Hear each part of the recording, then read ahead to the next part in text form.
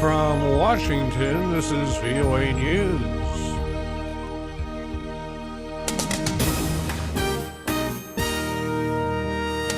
Ukraine's president takes ill as crisis continues. AU summit opens with South Sudan and Central African Republic worries. I'm Ray Kouguell reporting from Washington. Ukrainian President Viktor Yanukovych is on sick leave as anti-government protesters vow to continue their demonstrations. And they're going to do that despite passage of a law offering amnesty to those arrested during the protests of the past 2 months. Officials say the 63-year-old leader is ill with an acute respiratory ailment and a fever. Hours after his absence was announced Thursday, Mr. Yanukovych issued a statement saying the government has fulfilled all its obligations to resolve the crisis. Anti-government protesters vow to continue what they're doing. Russian police have identified the 2 suicide bombers responsible for last month's deadly attacks in the southern city of Volgograd and arrested 2 of their suspected accomplices.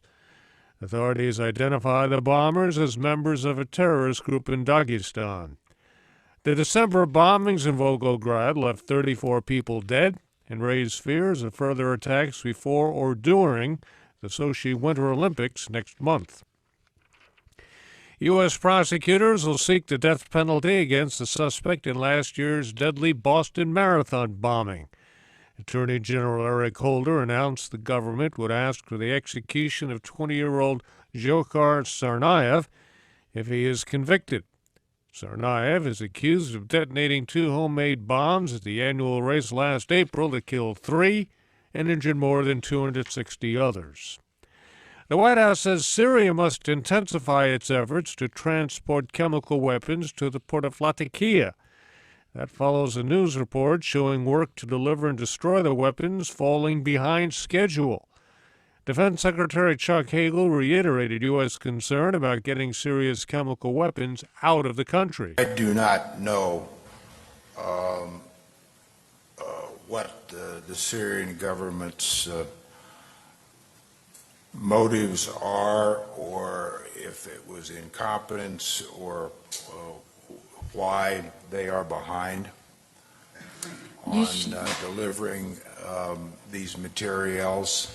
What we do know is they are behind, and what we do know, they need to fix this, and that's what we're all working together to address. There are reports Syria has given up less than 5% of its chemical weapons arsenal and will miss its deadline next week to send all toxic agents abroad for destruction.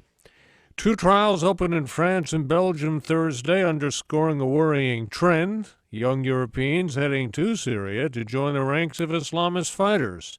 Lisa Bryant has details. One of the trials takes place in Paris, where 3 young men in their 20s are accused of trying to join jihadists fighting in Syria. They were detained at a French airport in 2012 as they tried to board a flight to Turkey. They allegedly planned to head on to Syria. 2 of the 3 deny the charges.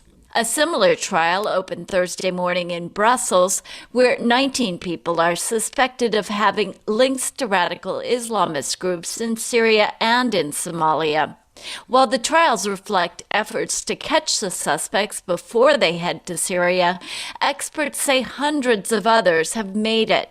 Once there, many join Islamist rebels fighting the regime of Syrian President Bashar al-Assad. Lisa Bryant for VOA News, Paris. Iraqi officials say at least 6 suicide bombers stormed a government ministry building in Baghdad Thursday, taking hostages and killing a number of people before security guards gained control.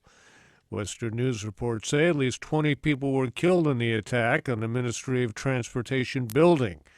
The Interior Ministry placed the death toll at 8, including 6 bombers. There's been no claim of responsibility.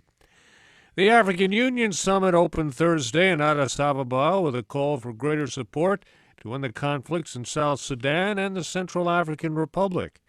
VOA's Gabe Joslow is there. In opening remarks at the summit, the outgoing chair of the AU, Ethiopian Prime Minister Hailemariam Desalegn, said issues of peace and security have been a major preoccupation of the AU in the past year.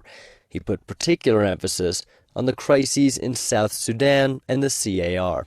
We need to find urgent solutions to rescue these two sisterly countries from falling into the abyss. Failure to do so will have serious implications for peace and security in the region, and indeed the whole continent. Mr. Hailemariam urged both sides in South Sudan's conflict to find a political solution to the crisis, saying the problem cannot be resolved through the barrel of the gun. Gabe Joslow, VOA News, Addis Ababa. And I'm Ray Kouguell, VOA News. More on the internet at voanews.com.